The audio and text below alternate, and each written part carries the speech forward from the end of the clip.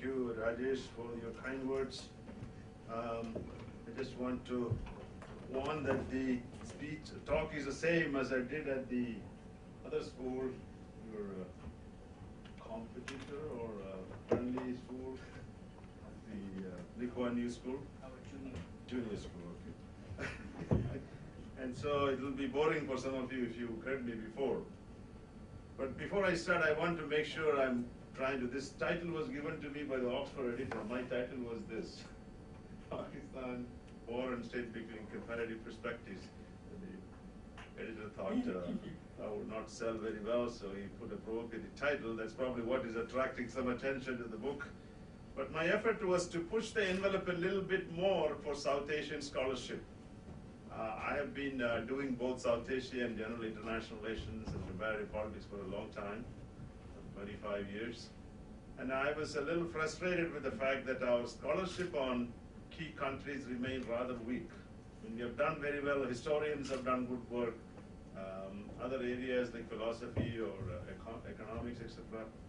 But when it comes to the IR of South Asia, we have a big dearth of scholarship, finding the kind of that, at least in the West, I'm not saying there's a lot of stuff coming out from the region, which sometimes get the attention, sometimes don't.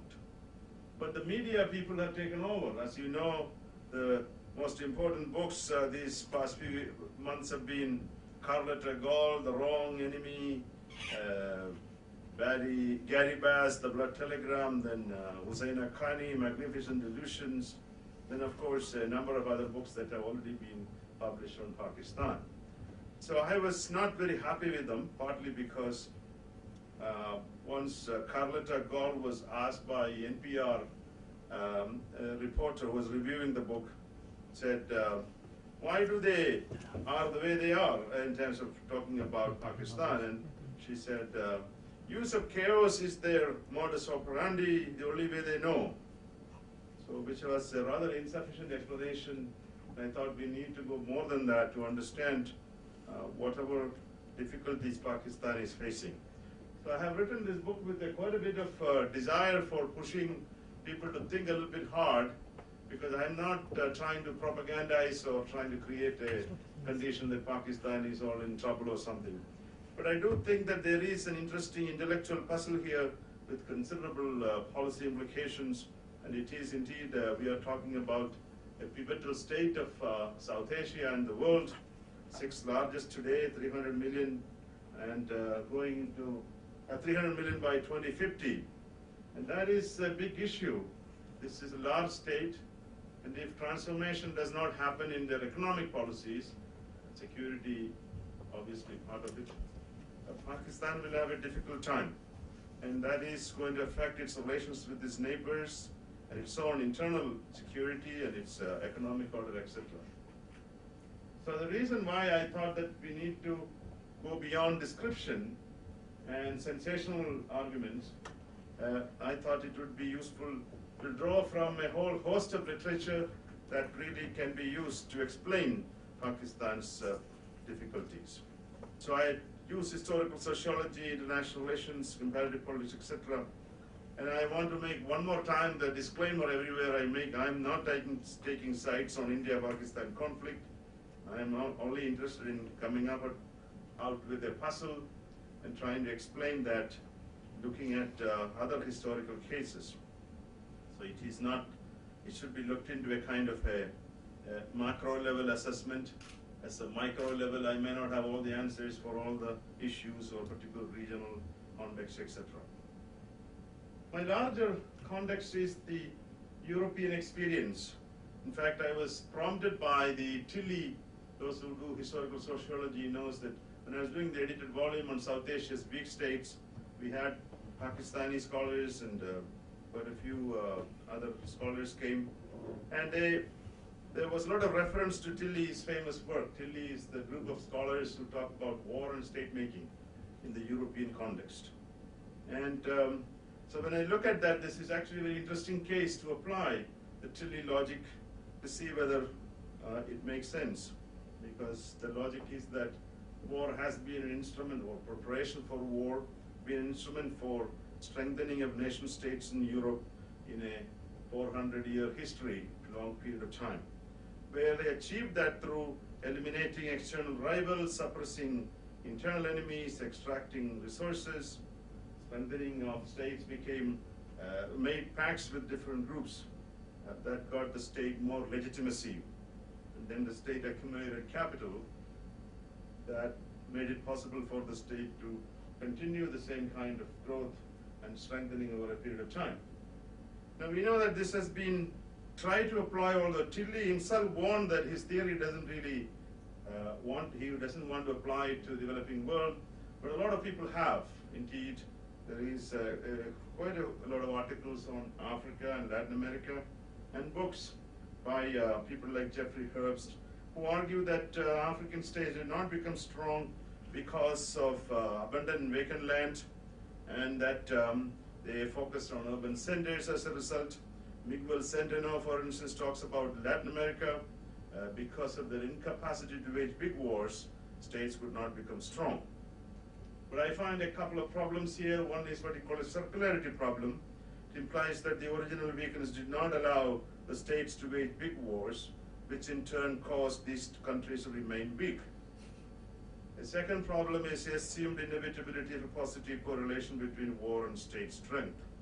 Without really looking into the ruinous consequences of war or preparation for war, even winners like France after World War I, Britain after World War II, in fact declined.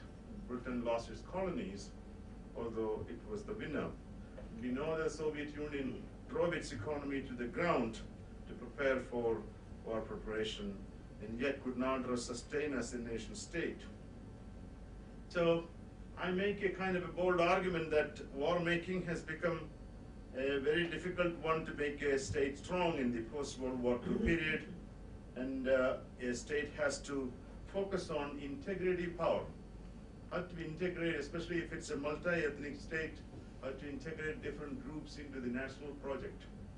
And sort of coercive capacity, the state uses too much of coercive power, it may not achieve this goal without considerable consequences.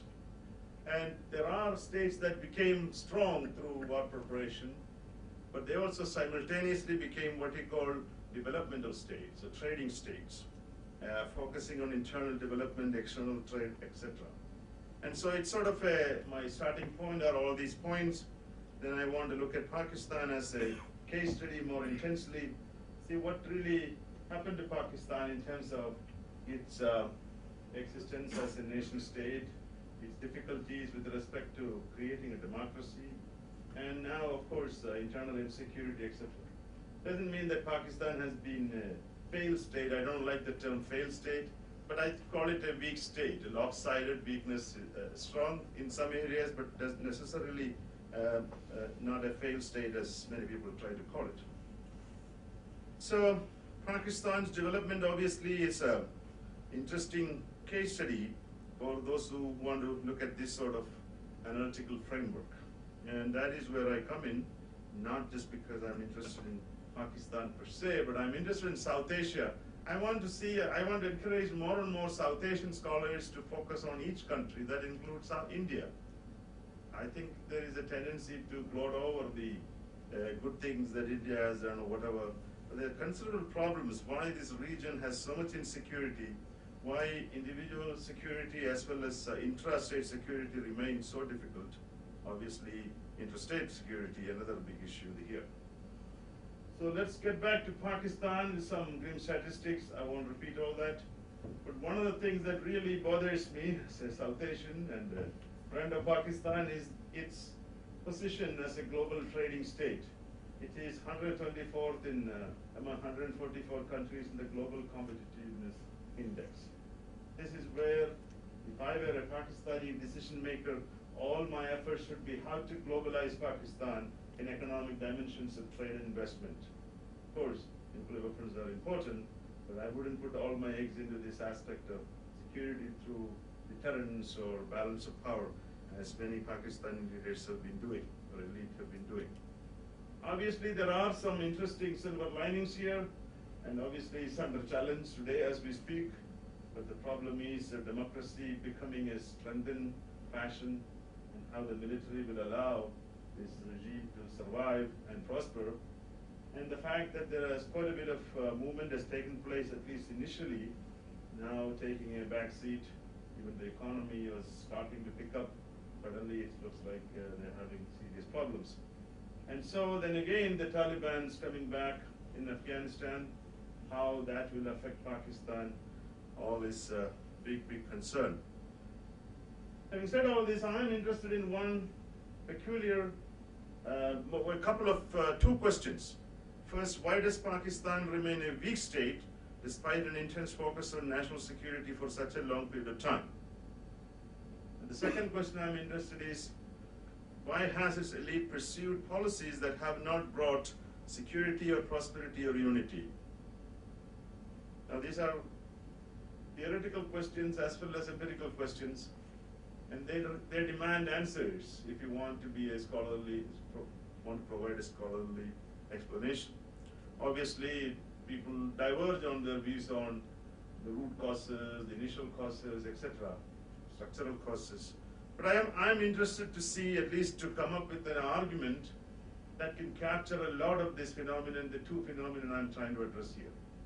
And my effort is not to argue this is the only way to look at it. If you have counter arguments, please do, without getting too emotional about it, because it is a very emotional subject, I know, but I think we need to study it as a subject too, because emotion is not going to give you social science or explanation for a particular phenomena that people are facing. Because it has enormous consequences for not just Pakistan, but for the region as well as the people who live in Pakistan. As you know, they are all South Asians. If you go broaden our understanding, we realize that there's so many problems that this region faces. Obviously, are different states, different areas, but something about the way we approach the subject has been rather limited, our scope of understanding. I try to link structural factors with what you call agency factors. So I have come up with two set of larger factors that's called geostrategic circumstances of Pakistan. And the idea is that the elite, especially decision makers during a period of time held. And that I think is very much grounded on a realpolitik understanding of the world. Now, this is sort of an eclectic approach. Some people who believe in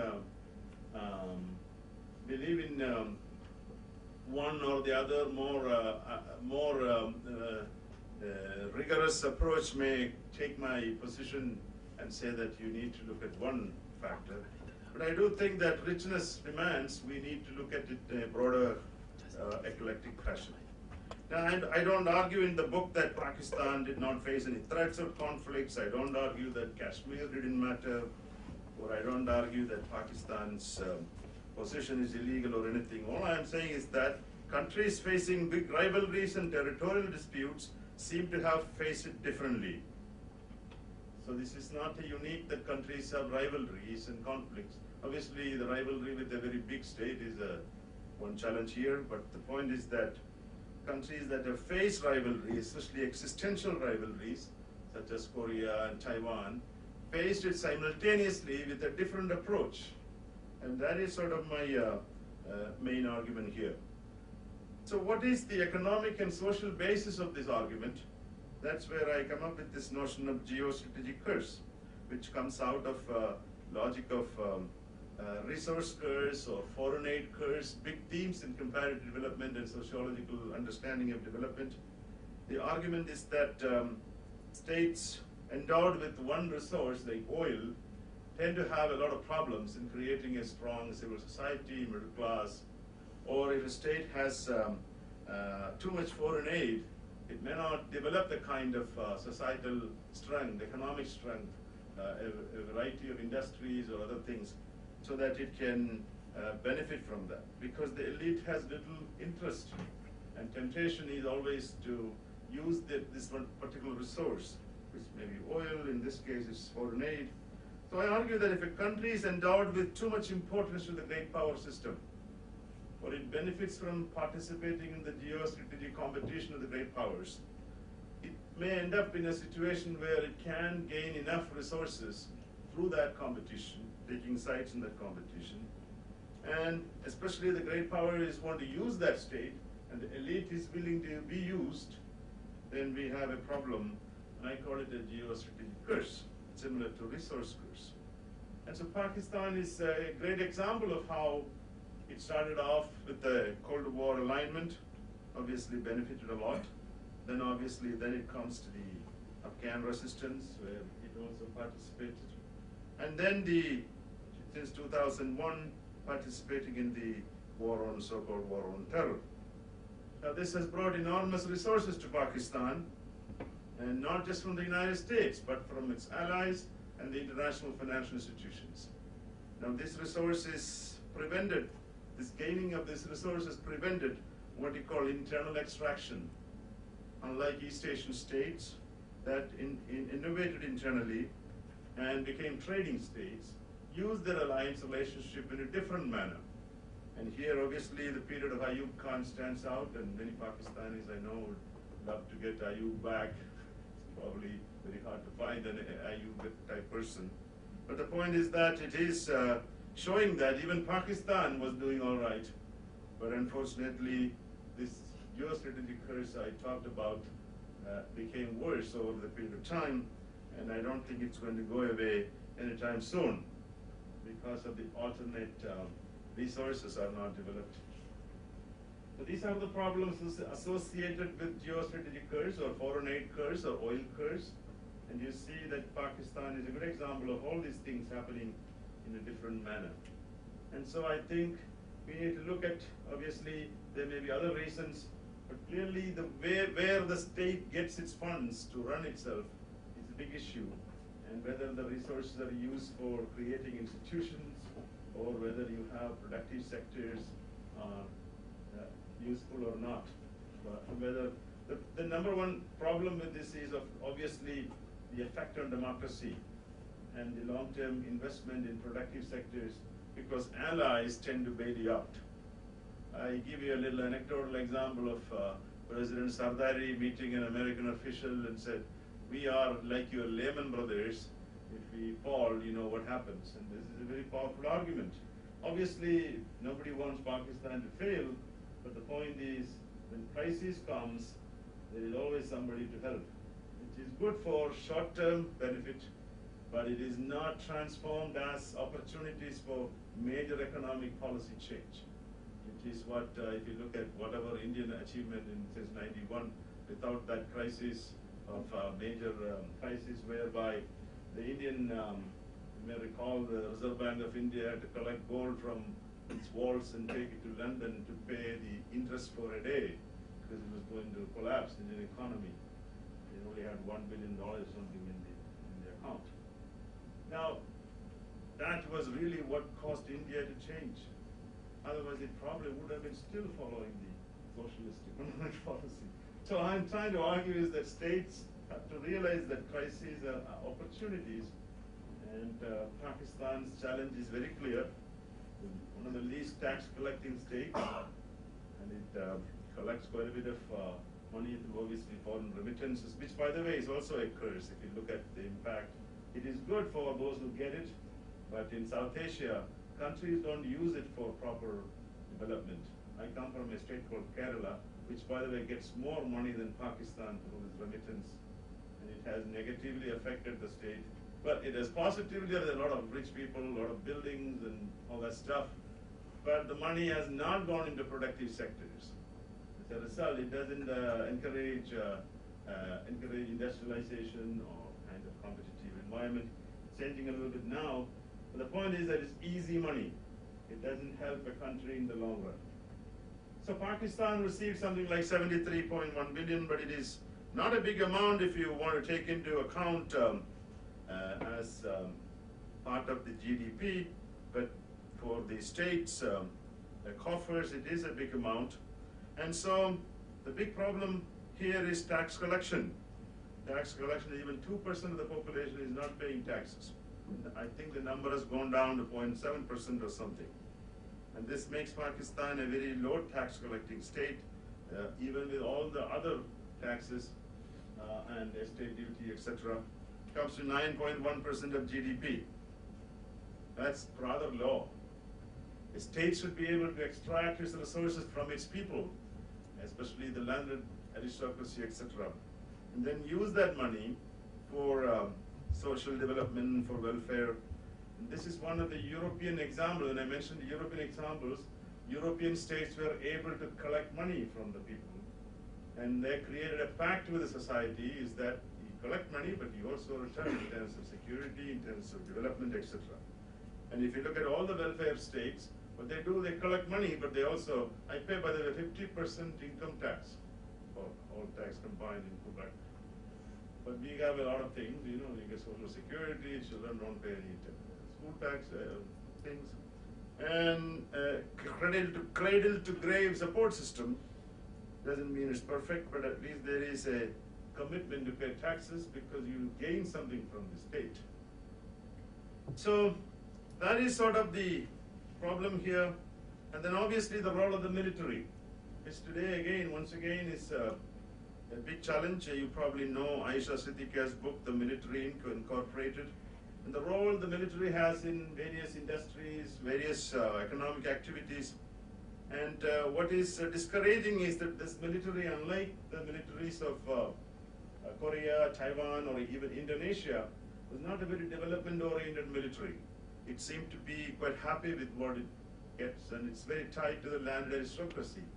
This is not recipe for progress. Unfortunately, countries that have managed to progress got rid of the landed aristocracy, and the military has to, divorce from that particular connection they have, because there's a lot of interest groups there. As you know, some of the Pakistani military leaders or the generals and all get a lot of land and other benefits. Obviously, they are in the foundations.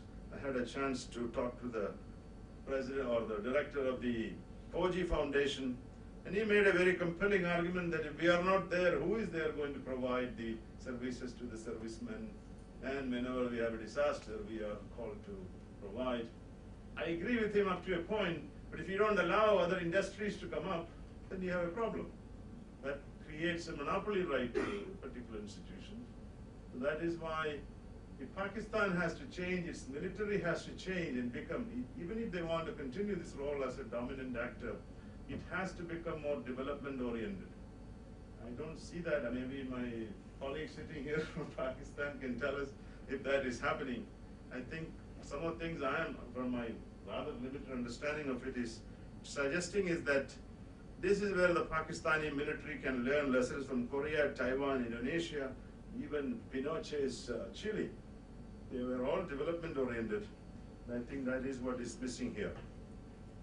But I'm not happy with this sort of structural argument. I argue that there is a set of ideas. Why do militaries or elite often end up with this sort of arguments? Because we need to look at the ideas that drive them.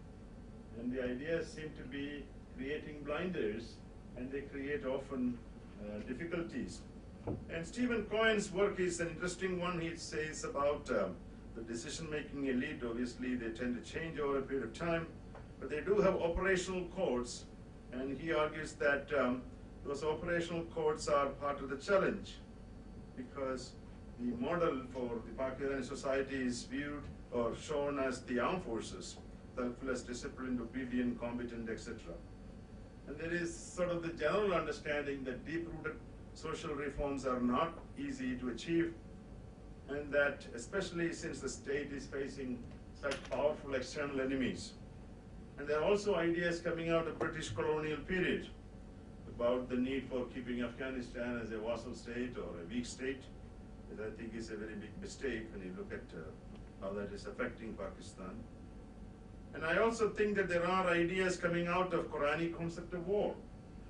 Not to question Quran or Islam or anything, the idea that Islamic warriors won against very heavy odds over a period of time, and that even these so-called stronger states can be questioned or challenged using especially asymmetric means.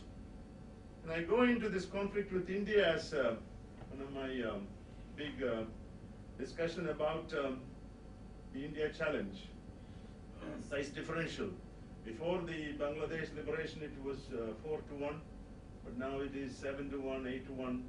Size differential is big, but Pakistan was able to bridge that differential through different sorts of strategy, asymmetric strategy in particular, alliance relationship with the great powers and other friendly states, and weapon systems. And today it is a nuclear weapon, which has emerged as what we call the great equalizer.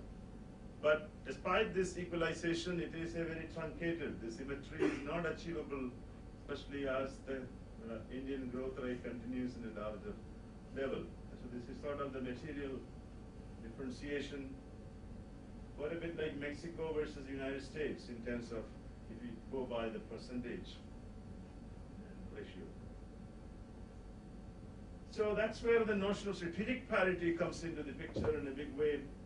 And often people who study South Asia talk it about as some kind of military parity that is part of it. But I argue that it is a deeper problem here. The competition is not simply for Kashmir or material rearrangement, but it is about status, civilizational status. And it has deep roots in South Asia's history. It can be traced to the demand for a separate Muslim homeland to regain the lost power of the Muslim minority and the conceptual inheritance of the Mughal Empire. I do think that we are often forgetting the civilizational roots of conflict in South Asia. This was the Mughal Empire at the time of Aurangzeb, and it obviously was a very powerful empire, and it had a lot of interesting and important contributions. And the British came, as you know, 1857, the first war of independence, or the revolt took place, in which the Muslim rulers of northern India took the lead, and the British suppressed it after a very bloody 6 or 7 months of civil war. And then the Muslim elite was, or even upper class was sidelined. And this is the context in which the demand for a Pakistan emerges. Often the discussion is all about the Congress Party versus Muslim League, but I do think that it has to be the inability of the Congress Party to understand also the fact that this was a desire for regaining the lost power was very much part of that process. So Pakistan was viewed as a successor state to the Mughal Empire to some extent, but obviously it did not start off well at all, given that it did not get all the territory that was asked for, and that even Kashmir was not obtained. And that is the beginning of that intense conflict, and today it still continues, because I think Pakistanis in general, especially the elite, believe that they ought to be co-equals with India. And that is a status competition, and it has made it very difficult to achieve that without material equality for a period of time. Outsiders participate in this rivalry, help to create that notion, that hyphenated India-Pakistan sort of thing, but that now is moving to a different kind of discussion. And these ideas and strategic assumptions have been historically evolving, and some of the British contribution to strategic culture in South Asia. This is one topic I'm yet to see a good work on, what the British left, the legacy, especially with respect to territoriality, borders, and the notion of strategic depth in Afghanistan. Maybe it has something to do with the way the British left those ideas. And the notion of buffer states, divide and rule, how to divide the Pashtuns so that they won't join hands, that kind of thing.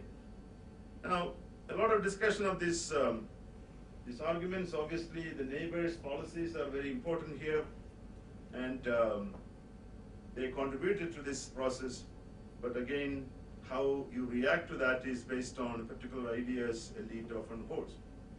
And so, when a country or a society has so many ideas of this nature, when do they change? Especially if it's ruled by military or military class.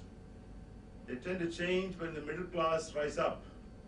Middle class is pivotal for revolution, as Barrington Moore calls, no bourgeois, no democracy. Or some counterpoints, a working class is needed, and they are important for change. So as you know, Pakistan has a very tiny middle class. This is a middle class divided in sectarian ways and all that. Some people say 10 million.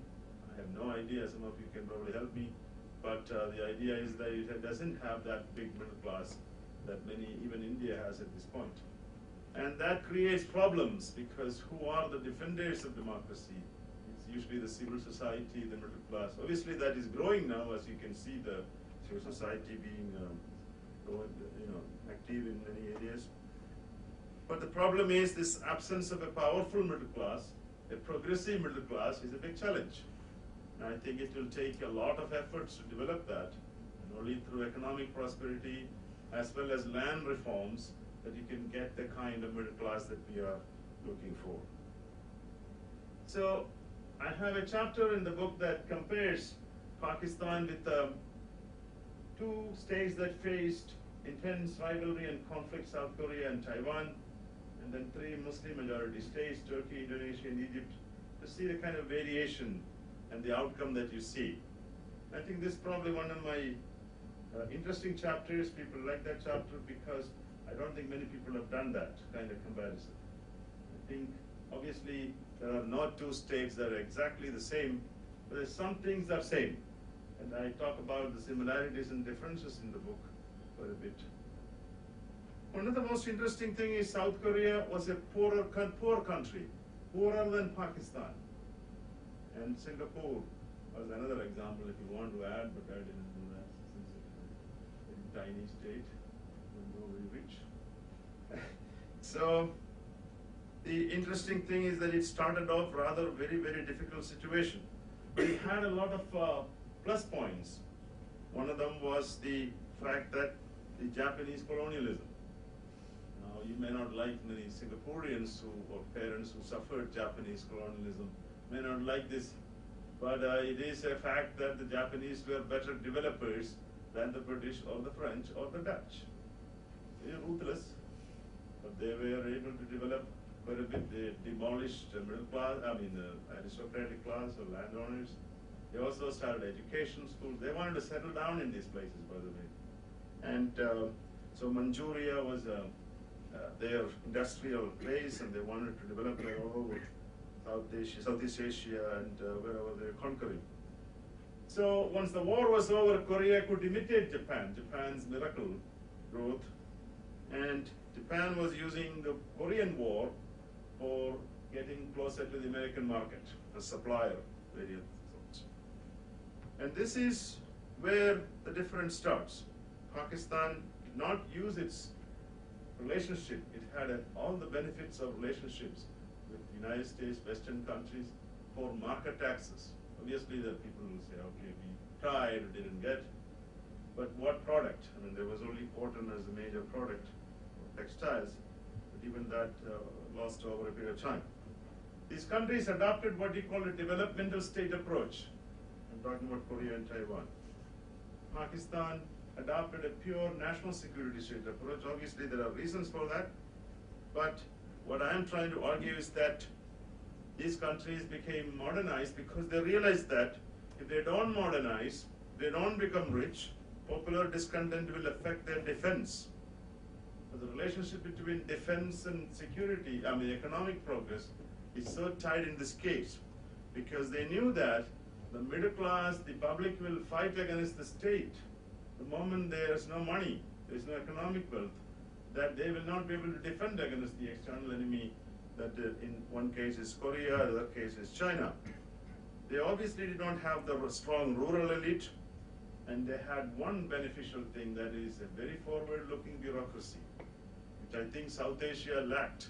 Indeed, India and all these countries, bureaucracy has been an impediment to proper development, not passionate about development, or developing a kind of system that really helped them. And they put money into education. This is where again South Asia, all the countries go down except probably Sri Lanka. India, for instance, put 2% of GDP into education, 1% into the IITs and IIMs to help the elite children to go, and 1% in general education. You have Pakistan, probably 2%, very little go into technical education. This is apparently continuing even today. Obviously, there's some increase in Pakistan also. But this absence of resources allocated to education has been a major impediment to South Asia's growth and development. And unlike the East Asian states, they put 6, 7, 8% of their GDP to schooling education. In Korea in particular, put a lot of money into technical education, and today it is a powerhouse when it comes to qualified people. And this, I think, is very important if you want to look at how, when you have abundant supply of human resources, even if in the future, if these countries ever want to become strong economically, the only way to me is education, and that too the right education. And unfortunately, as far as I see, Pakistan is not doing the right thing at this point. It may change, but it is very important that it does for future generations. So, Vietnam War was used by Korea and Taiwan to get more trade access, more supplier, etc., to United States. Whereas in Pakistan's case, other than the Ayub period, never this closeness with the allies or great powers were not used. So the mantra that the developmental people in these countries had, export or die. Now that is the big difference. Export or die, never imported to South Asia. Indians had this big problem of export pessimism. They thought aid is good enough, and then they have this import substitution policy, or hurting them. Now they changed a little bit, but even today, export is not a big part of the GDP yet. Obviously, there are limits to that kind of strategy, but obviously, one has to look into. Turkey is a case where I look at the top-down transformation project. Obviously, there are a lot of differences, but the point is that Turkey also adopted a partial developmental state agenda, import substitution, change to export-oriented policies, and the liberalization has brought enormous resources to Turkey. And it has obviously democratized, but now going back to a kind of semi-authoritarian system. But despite all that, it is an impressive country in many sense because of its developmental trajectory. But my most favorite case in this study is Indonesia. Obviously, it's the largest Muslim country, and it has also received quite a bit of aid from the US for its support. They had internal conflicts. The armed forces was in command.